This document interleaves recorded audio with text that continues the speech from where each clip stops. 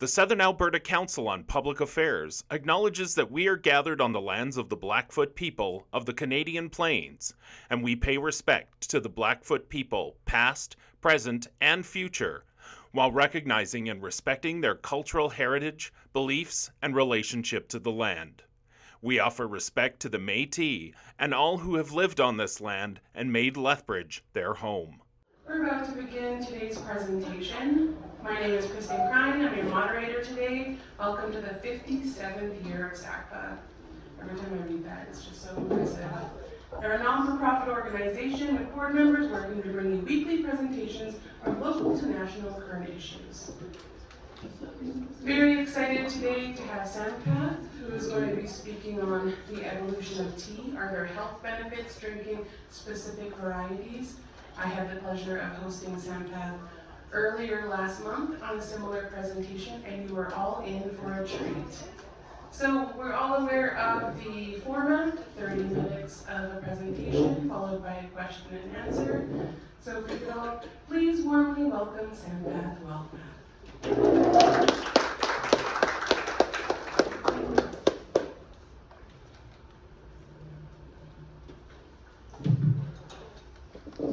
Good afternoon, everybody. It's not good morning, good afternoon, I guess, yeah. Okay, and thanks, Christine, for the kind introduction, and which definitely made my life easier so I don't have to repeat everything. And also, a big thank to Sampath for having me here to share something, I guess, that you are not aware of, and also to, out of my excitement and passion, to share how I feel about tea with you. And also thank you very much for all of you who are here to just witness this one. I try to keep the time to make Kevin happy, so yeah, I guess that I will do that. The title that you see in the piece of paper is little different, but I will bring that up at the very end. But until then, I'll go with this short title, Tea, What Do We Know? And I'll take you through these different items in the roadmap, the history, and what simply the tea means. And my most interesting things is number 3, the tea manufacture process. And the most important thing that I want to share with you is number 4, which I'm going to talk about a bit. And then finally the health benefits followed by question and answers. If you talk about the history, there are few stories about the origin of teas, but what basically accepted and most commonly cited is that a story that came out of China. So there was an emperor, Chinese emperor by the name of Ceylon, who is a skilled ruler as well as a scientist who is also health conscious. So he used to meditate every morning, and also he had a habit of boiling pot of water beside him. So one day he noticed that there were some leaves from an overhanging tree had drifted into the pot of boiling water, and then he sipped and he was so amazed and surprised to sense the taste of it and the aroma, the smell. And out of that curiosity that he continues to, because I say that he was a scientist, he continued to research on what the hell is going on with this one. And then that led to the story that he discovered basically what the tea is. So that's the origin of tea, and therefore it's tied to China.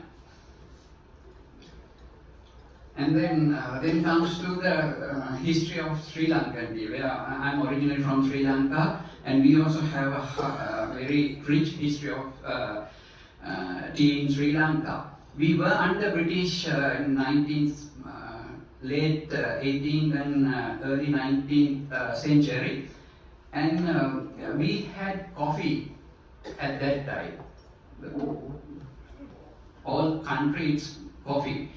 But fortunately or unfortunately, I would say, the coffee was devastated by a rust disease.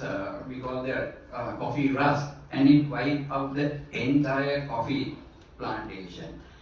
And at that time, there was a Scottish planter by the name of James Taylor, and he brought a batch of seeds and planted in one of the tea gardens in the country.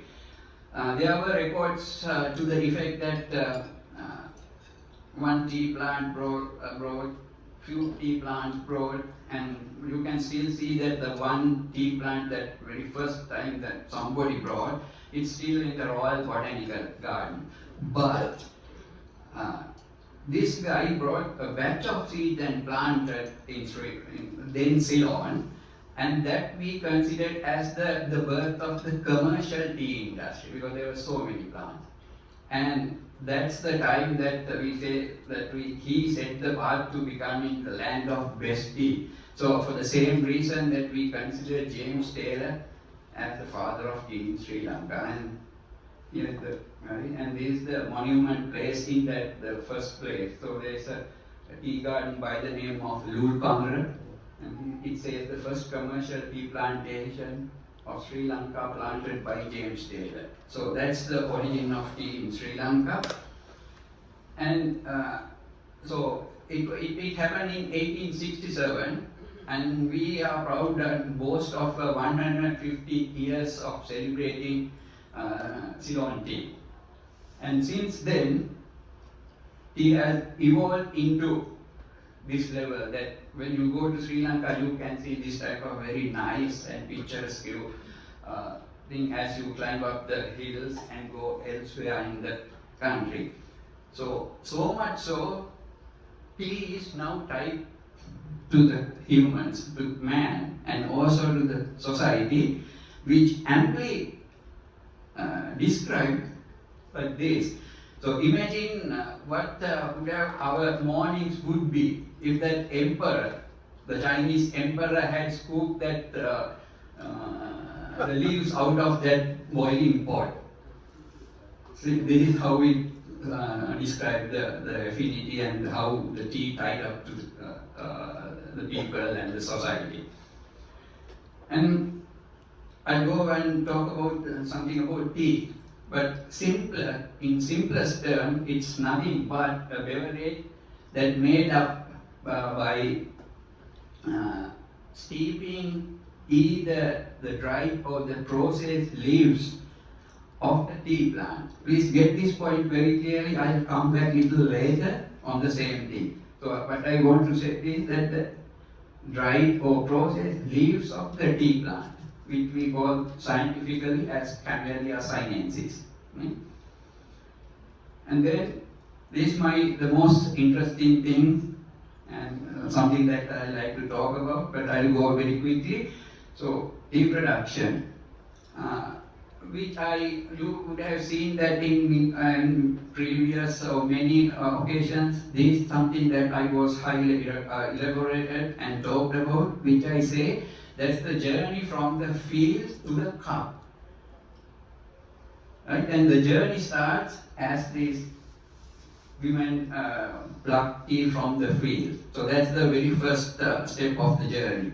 And when you go and just grab a few things that the pluckers had plucked, you will notice something like this. There's one unopened bud and also two leaves. Bud and two leaves makes all the difference. So that's what you can find many of those in those baskets. Right? And here, see one bud here, and let's bud here, two leaves. Just remember this slide. I will bring that up again.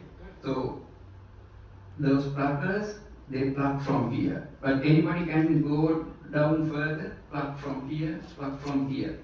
But why it's not happening, I'll tell you. And the next one is the plucked leaves, they bring it into the factory. The first step is the withering. Withering means simply it takes, because you can see there are a lot of big fans here that delivers hot air. So with that one, then whatever the moisture that tea leaves have is taken now away. So normally if you consider that it's 100%, with the withering, it brings down to 60%. Follow these numbers. Why we do withering here is as you pluck the leaves, it's very brittle when you try to crush.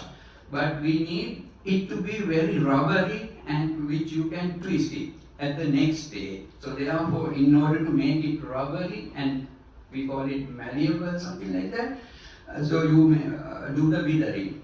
And when you go to the next step, we call the rolling. With rolling, what happens is the leaves get macerated. And in order to do this one, you have to wither the leaf. Otherwise, if you put that in these heavy machines and roll it becomes crushed, not twist. Right? And the third one is the most important. There are a lot of science and chemistry behind this, which I can talk about for 1 week or so.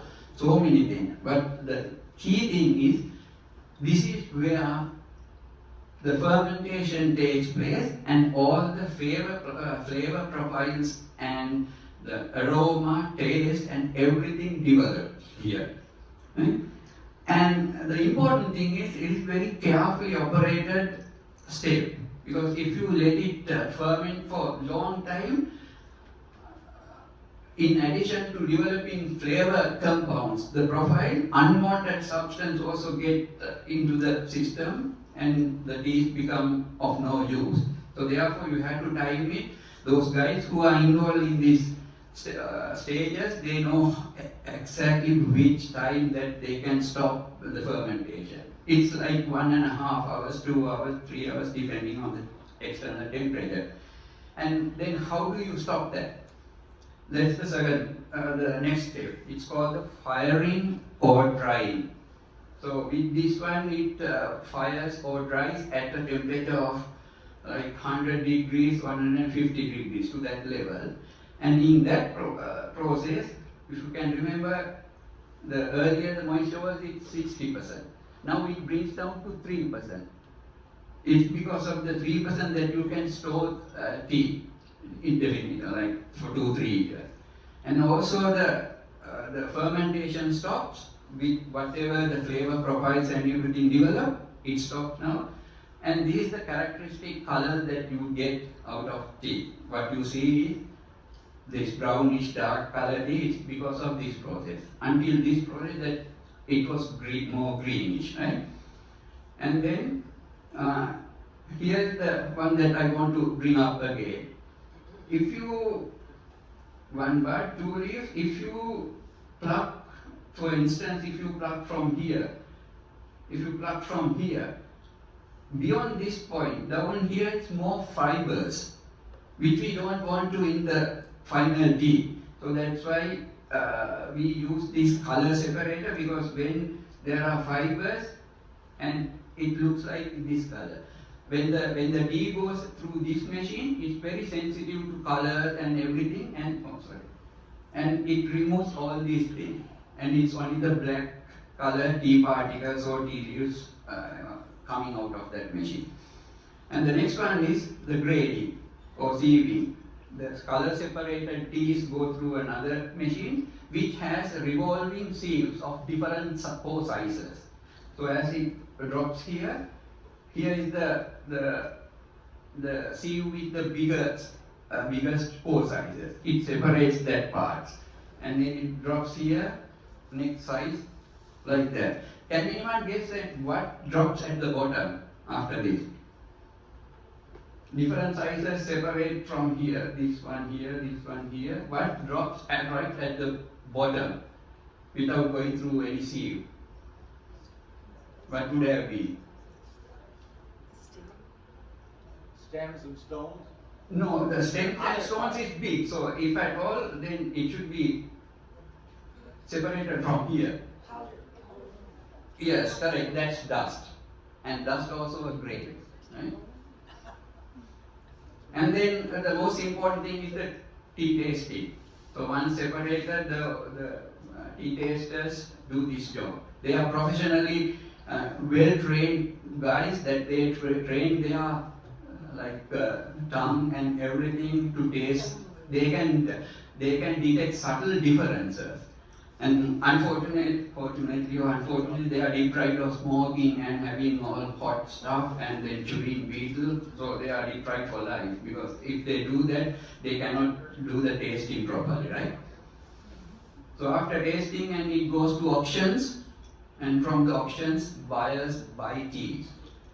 And either they export it or go to retailers and go to stores. So that's how you get tea, right? So it's the journey from the field to your cup. So that's the thing that I want to, one thing that I want to talk about.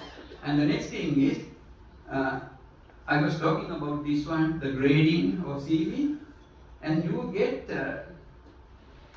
different, the tea grade that's separated out here with the mixtures. It's not pure. I mean, not just one size. It gets, like say for example, even if you separate the big sizes, it tend to get the tips or smaller tips. So there are different grades that come out of here. This is another information that I want to share. There are 4 types of, or 4 categories of tea that we can grade it. So one thing is the whole leaf grades. And in these, there are so many grades, and don't try to memorize or things like it's very, sometimes it's very illogical or kind of insane how this classification works. But those guys are very knowledgeable, they know what types of tea and how to grade it. Like orange pekoe. Only thing is that when you go to a store, you can see that what type of grade here is orange pekoe. If it is orange pekoe, that is one of the whole leaf grade types. It's more whole leaves but little tips and smaller tips, right? And there is one group, it still has a bigger leaf, but it has more proportion of tips as well. I'll come to this one. And this pure Ceylon tea is available in Ceylon, and this orange pekoe, right? So it's one of those types. And the next type is broken leaf gauge. So you get broken, smaller pieces of things. Again, there's an array of different grades.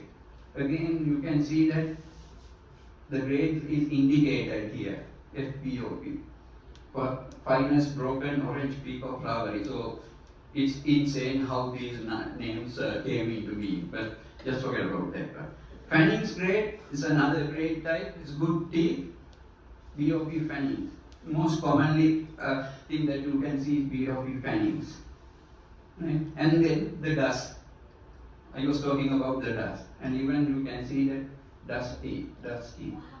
It's not all even grading system, and it's very illogical. And I don't know, it's only those people who are engaged in this that they know everything. I'll share something very interesting. So the whole leaf grades I was talking at the beginning. So there is something called the TGFOP, stands for Tippy Golden Flowery Orange Pekoe. It has the highest proportion of tips. And from their jargon, it's called as too good for ordinary people. Right? And similarly, there is another one, FTGOP. It's the highest quality grade. And it says far too good for ordinary people. Right? So that's how the classification, but don't worry about that one. Whatever the tea type, you can see it when you buy a carton or pack of tea. And then this is the most important thing for me. Tea plant, I was talking about the Camellia Sinensis. So from that one, there are only 4 teas. I'm not talking about the grades. There are only 4 teas that coming out of this tea plant. That's black tea, green tea, oolong tea and white tea. Those are the 4 teas, and which we call as the genuine teas or technically teas. Why is that? You get all sorts of things, hundreds and thousands of things that carry the word tea. Why it happens is, how the way that it brewed and you drink the infusion. And that's the commonly accepted thing for a tea. So therefore, like something like this. See? These are called as tea, but there's no Camellia Sinensis any part of the tea. So those are, and please remember that I am not trying to discourage you if you are, anybody is on this one. That is not my intention, but I just want to share there is something different with the tisanes. We call the tisanes and the true teas. I go back to the previous one. So, difference between teas and tisanes. Tea comes, please remember, the 4 genuine teas that I was talking about come from the Camellia Sinensis leaves, either dried or in process form. And but the tisanes can be of any plant part. And the tea is always caffeinated, but tisanes, depending on the plant, it may or may not. And the third one is, tea is finished with a complex heating our process system, which I was talking about. But tisanes is just whatever the plant part is just dry. So tisanes and teas are totally different. But if you want to enjoy a genuine tea, you should go for black, white, oolong, and green tea. Right? That's the point that I want to. But other than, I don't want to discourage if you are anybody is on any tisane. Like the rooibos is very famous. People go for that, and if you can see, the rooibos is it comes out of a plant in South Africa, native to South Africa, but it's not tea. But it's mentioned as rooibos tea. Right. Then why the 4 genuine teas I was talking about? How it happens is, it's mainly because it's go through different processes. So the black tea goes this way, and the oolong tea this way, and white tea is the least processed. This one is the most highly processed. But the 4 major difference is the amount of oxidation. I was talking about oxidation. For example, white tea doesn't have any oxidation, right? And then green tea, because it's slightly oxidized or slight fermentation or oxidation. Oolong tea, semi, like half. But black tea is a fully fermented. Now, I just out of my curiosity, and I always go for tea, then I did something at home, 4 types of teas. You can see that the colors are different, flavor is different, aroma is different, all different.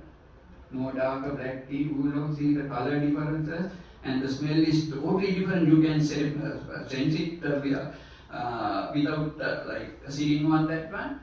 So these are the 4 teas. And there is something that people might get confused. I was talking about these herbal, other teas and the true teas. But still we talk about what you call the flavored tea.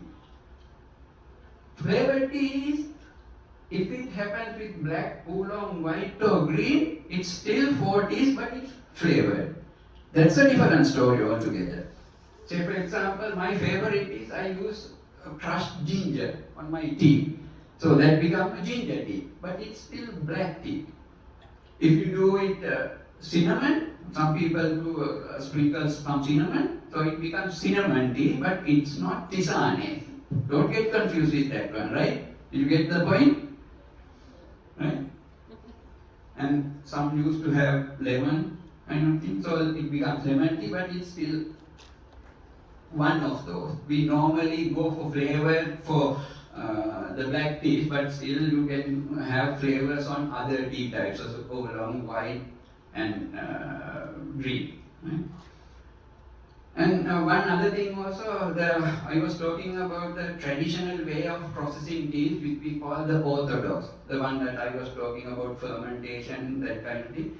But there is another group which we call the CTCT. CTCT operates, the machinery operates in a different way. So the result is how you see the teas.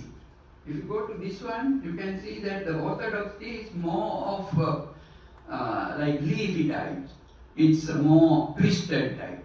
But the CTCT, if it is manufactured in CTC type, you get like pebbles and kind of thing. I'll ask a question. This has a very high surface area. So if we have CTCTs, it grows very quickly. You get quick growing out of it. So can you guess that where we tend to use a CTC type of tea? In which instance that you can use 3TCT? This takes a long time to grow. This is faster because it has a pebble kind of thing which has a lot of surface area. So it grows up faster. Where do we use CTCT? CTC type, any guess where you can use it? Use it in bags. Here you go. So tea bags, the purpose of we using tea bags is just we need to do everything. We do it everything in damn hurry, right? Even in the morning that we do, we don't want to have loose tea and things like that. Do the brewing, but instead we do the quick brewing here. So that's why we use CTC type of tea. Okay. And the health benefit, this would be the last. So tea is the most popular beverage next to water, and I have seen that tea is the most popular and most consumed beverage after water, before coffee.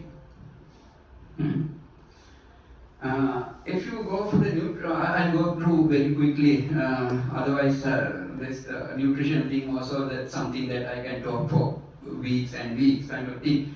So when you talk about the nutrition, you can see that there's hardly any like scary things, that calories, fat, cholesterol kind of thing, but you can see there's a bunch of different other compounds which you call the phytochemicals, and that makes the difference. And if I summarize the health benefits of tea, you get all these kind of things. It's antioxidant. There are always, it's proven, and there are mechanisms so that which I don't have time to describe. Why it becomes anti-cancer is for a reason. But remember, for all these things, the bunch of other compounds that I was talking about, polyphenols, tannins, caffeine, all do this beneficial things.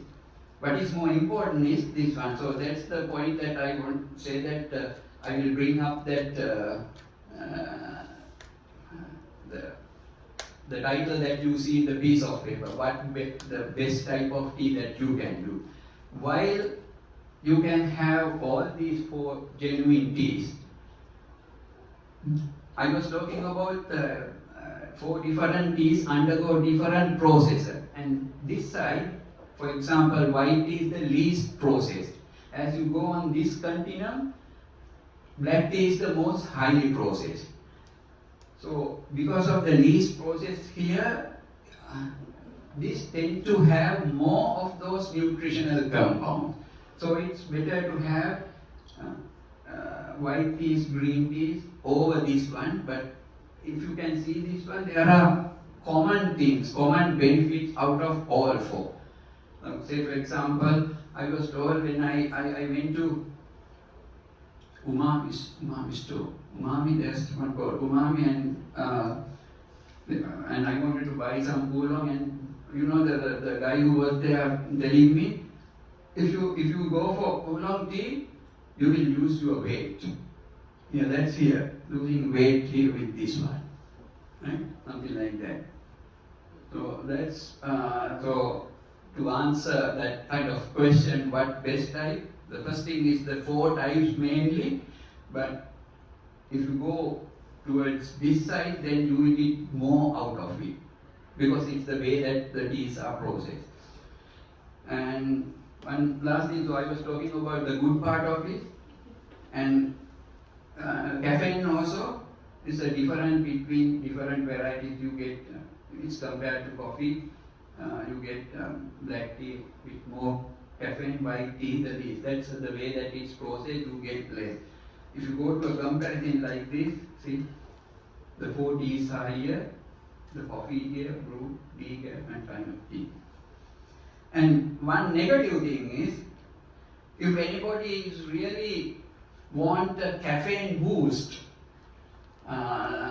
in the morning in order to get out of the zombie mode, then tea is not strong enough to do that. But it works in a different way for me, because I use the cup of tea as my first thing in the morning. So it definitely gets out of the zombie mode. So go for it. So this one is, I just copied from somewhere. See, the point I want to say is that true teas like green tea or black might be better, something towards that.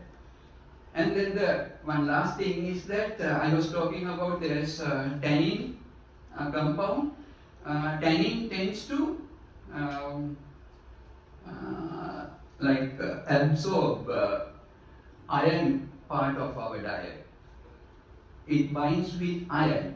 So if there are 2 types of iron that you can see, one is heme iron, you can find in meat products, and non-heme iron on vegetable, that kind of stuff, grains thing.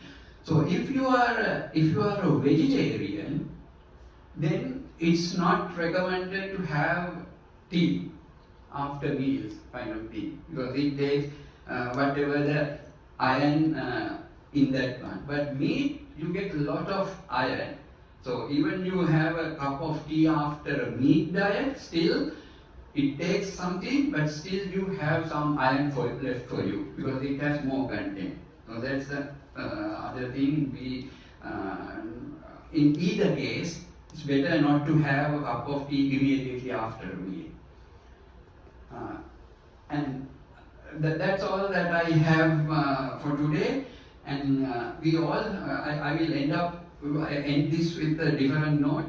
So we all have problems, issues, one or the other. So again, if it comes to tea, there is a popular saying that there is no problem on this earth that cannot be ameliorated with a hot bath and a cup of tea. And so this is what I do whenever I get stressed or something happens, so I go for a cup of tea and do it myself. So please do that if you have any problems, it will solve. However, whether you have a hot bath for each and every time, but it doesn't matter, but you should find the time for at least for a cup of tea, right? Okay. So that's all what I have to say. And see, we get a lot of tourists and they are so fascinated, go up in the hill and go into the gardens and pluck tree leaves, and they're really enjoying time. And that's all I have, and thank you very much once again for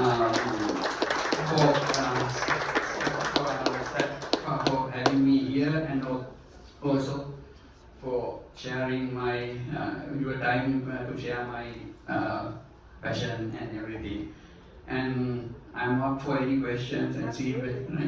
Thank you very much. Thank you, everyone. Thank you again to Sampath. You radiate tea enthusiast, and I've learned a lot from you. Thank you.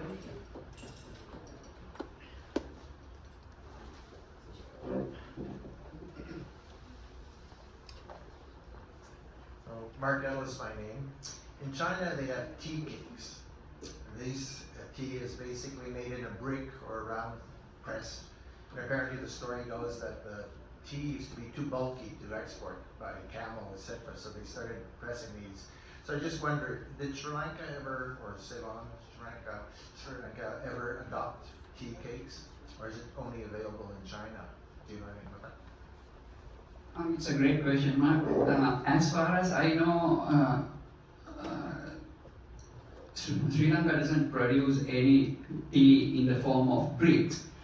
As you said, that if at all, and whoever who does it, it's because of the easy easy transportation, because otherwise it's a very bulky thing. So tea bricks, I have heard that China, they have something like that, but not Sri Lanka. Sri Lanka, but there is something else, tea tablets. There is a the tea brew make into a tablet form. So if whenever you want to have a cup of tea, just have a tablet, just like or Disprin or the Panadol that we have. So whenever we want to have that one, we just have a cup of water and then dissolve it and drink. In the same way that when you have the tea tablets available, it does the same thing. But no, as far as I know, that there are no that bricks kind of stuff with tea.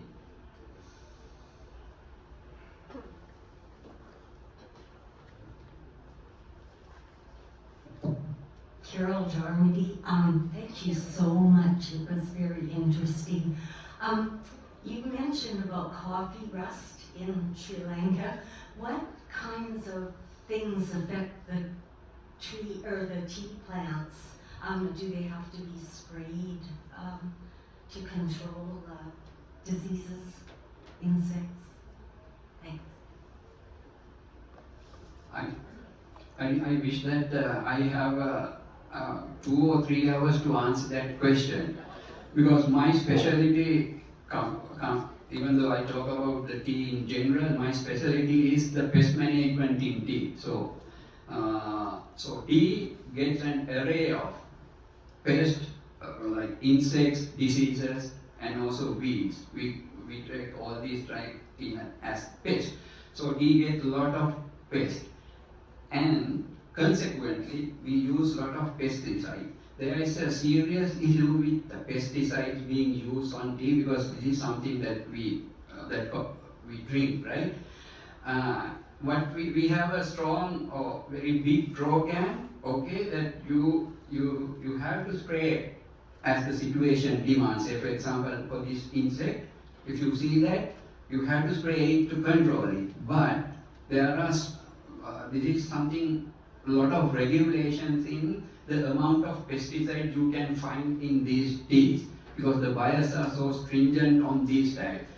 What we have to do is, okay, you can do, if the situation demands, you can do that, but you have to ensure the final product doesn't have whatever the pesticide, we call it as maximum residue levels, MRLs. So MRLs are being developed and they implemented by the buyer. So when they test, they want to ensure that, okay, we can still detect that, but it's below the MRL levels. So we have to ensure that we do proper spraying and proper agricultural practices in order to ensure that the levels are far below, well below the stipulated levels. So answer is yes, we do get a lot of things. We use integrated ways, different other things, but there are situations where we have to spray a pesticide. But when we do that, we ensure that, okay, it doesn't go into the final product going past the MRL levels specified. Say for example, one of the big buyers is Japan and the European Union. So Japan and European Union, they specify this pesticide the level, this pesticide the levels. So whenever we have to send the consignments or shipment to Japan, we ensure that the sprayed pesticides are well below the stipulated levels, either by Japanese or the European Union.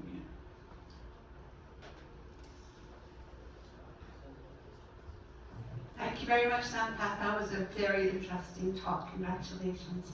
My name is Edith Olson, and I have 2 questions for Sampath.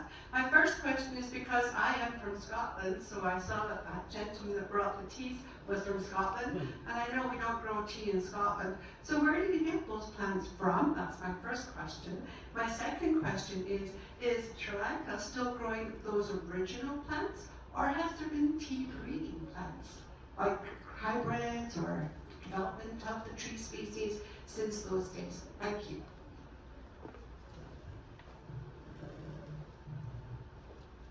I have a definite answer for number 2. question number two. The question number one, I'm kind of struggling to answer that one. Where James Taylor got his first batch of tea to bring it to Sri Lanka. I believe because there's no way, as you say, that there's no record that the UK wrote tea. But the thing that I can connect information where the tea tea originated from China, you'd have got that stuff from China. That's the closest bet. I guess that would be the closest. And number two question, there's a lot of tea breeding programs, and we developed a lot of varieties out of the original Camellia Sinensis that I say that, actually I didn't say that, if you can remember in the slide, under Camellia Sinensis there were 3 varieties. Sinensis varieties, which is the Chinese variety which has smaller leaf, and then Assamica variety is coming bigger tea leaves coming from Assam, and Cambodia variety is a hybrid of those, but it's still Camellia Sinensis. Please remember that one, right? So Camellia Sinensis, from those 3 different things, we do develop our varieties. We call that the clones. So there are so many clones developed from these original varieties. So many things kind of there. We have a characteristic of classification system, 1000 series, 2000, 3000 series, 4000, 5000 series. So develop out of the original these plants. So whatever the tea plants we develop, it has the ancestry that you can trace to this original the tea varieties, i.e. the Sinensis, Assamic or Cambodia. Yes, we do a lot of breeding, but the other thing is that you cannot, this for information, you cannot genetically modify tea. There is no GMO tea you can hear for your lifetime, because you cannot meddle with the genetic makeup of tea. That's one form of adulteration if we do that. So there is no way that you can genetically modify it, but you can breed and get as clones.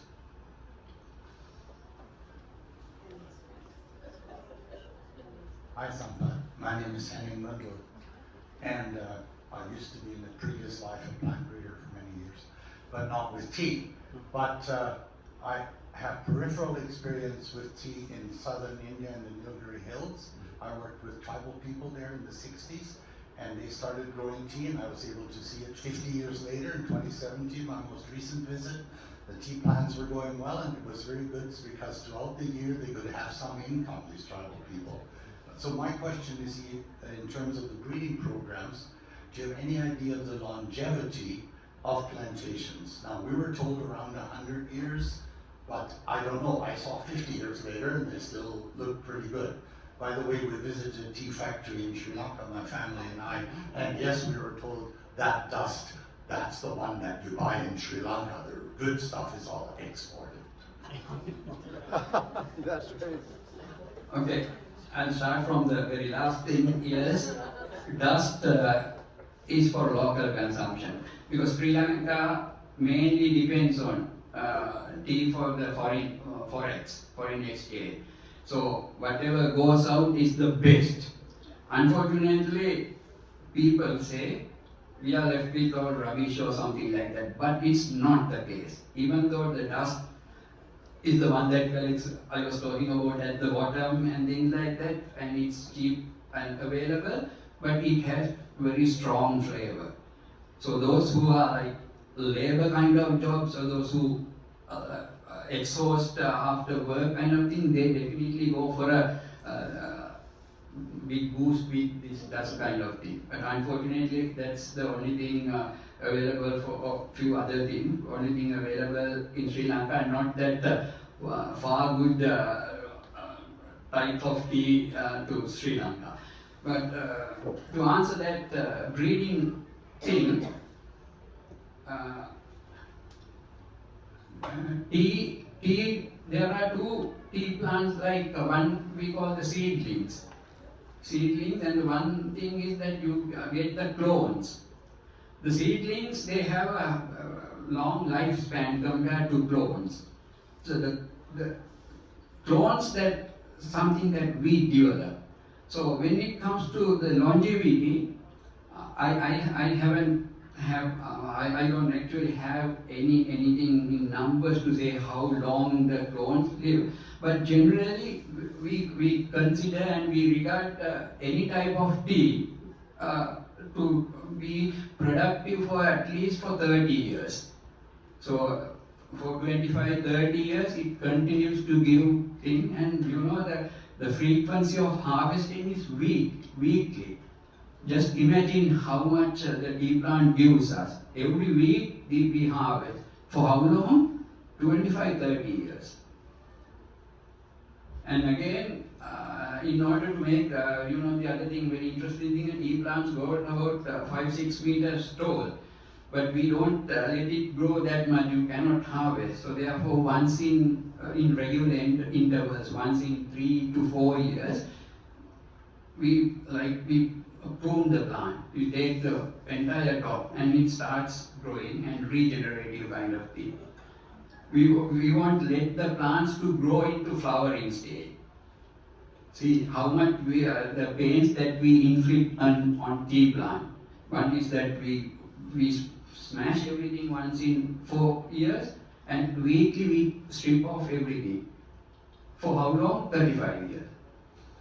So your question is that I don't have any specific numbers to that effect, but generally what I have seen is that 35 years kind of thing would be what we are looking at.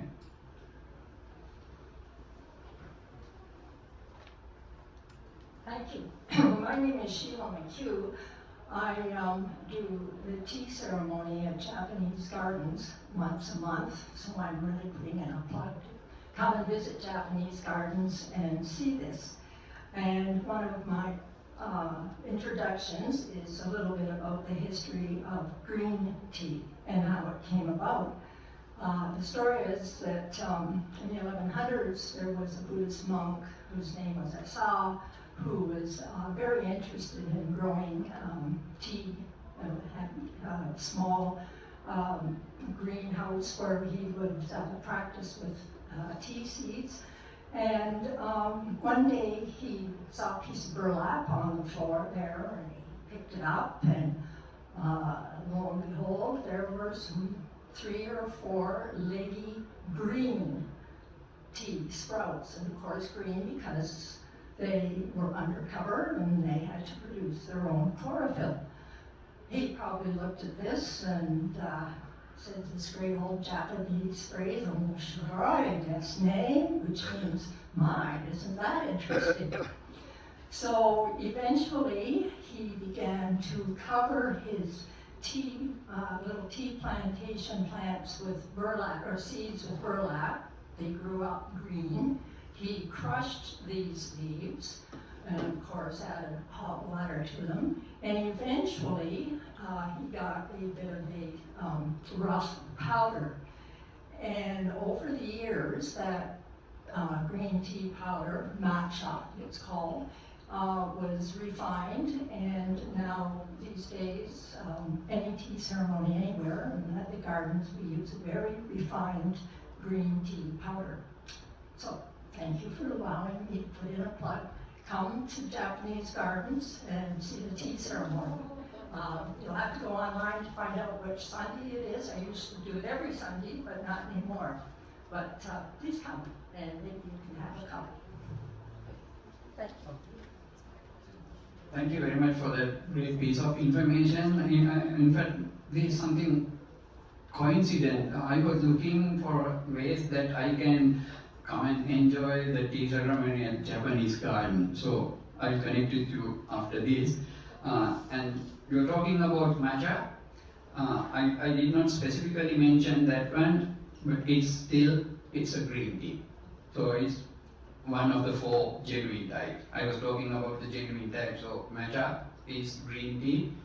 so in powdered form. So it's still green tea. Thank you very much for your information. Yeah, I'll catch up to you after this one. Right?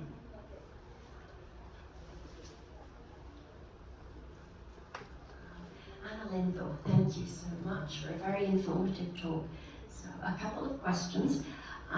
Could you explain a little about the decaffeination process, and does it impact any of the other health benefits with tea?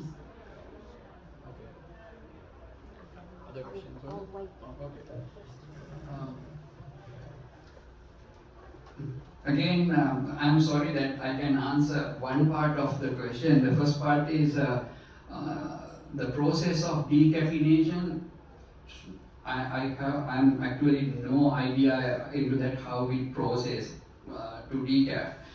But the second part is while decaf is something to do with the decaffeination, it doesn't affect the other things that I was talking about. So while decaf is there, so some people are sensitive to caffeine, then they normally go for decaf. The issue is decaf in that sense, but it doesn't affect the other health benefits I was talking about, because caffeine is one compound of the bunch of things that I was talking about. Catechins, polyphenols, tannins, all others are there. So I have no idea about the process itself, but the decaffeination process doesn't affect the other health benefits of tea.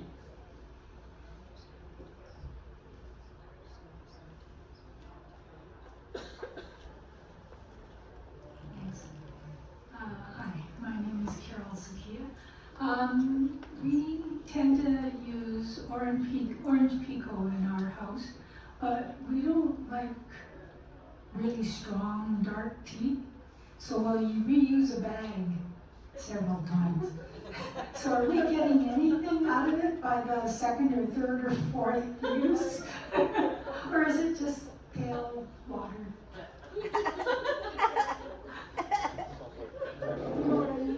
Sorry, can you tell me again? You know, your regular orange pekoe tea bag. We'll use it, make a cup, but somebody doesn't like dark tea, so it kind of dips in, take it out, put it in the other cup, and then we set aside the bag, and then the next day or later in the day, we make tea again, and then we reuse that bag. I'm sure we're not the only ones doing this. Come on. Okay. Finally, I got that one. If you use the tea bag, what we normally do is, say for example, if you want a lighter tea, because some prefer lighter tea, some go for darker. So how the tea becomes lighter, how you can make it darker is how long that you leave the tea bag, either tea bag or loose tea to brew. So if I want to have a lighter tea, I have just 1-2 dips, throw it. And then if I want to have more strong, I have more dips and lighter tea. So that's how it happens. But with my experience, and I know that you cannot use it, keep aside and then come the following morning, have the same stuff, go and do the same thing, whether it's light or dark kind of thing. Because in the first couple of minutes, all what you have inside, it steeps, infused into that thing. And what you are left with is hardly anything left.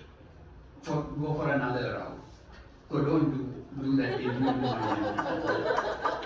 It's not, maybe not economical, but in terms of science, that is what happens. So in the first, that's how, especially the tea bag, it's designed in such a way that it's the first few minutes that it gets all out of you.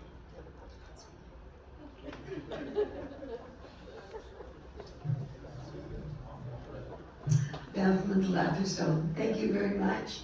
That's very interesting. I understand that in China there are 2 words for tea from the 2 languages, te and cha. tea is actually an English word. So I'm wondering what words are used on the international scene for selling tea. And I also hear there's two main varieties of Camellia Sinensis. One is the small leaf Sinensis, and one is the Asamica large leaf. And the small leaf tea is more cold tolerant, grows in China, and the other one is native to Assam in India. So what is grown in India now, and what is grown in Sri Lanka of these two varieties, and do they taste different?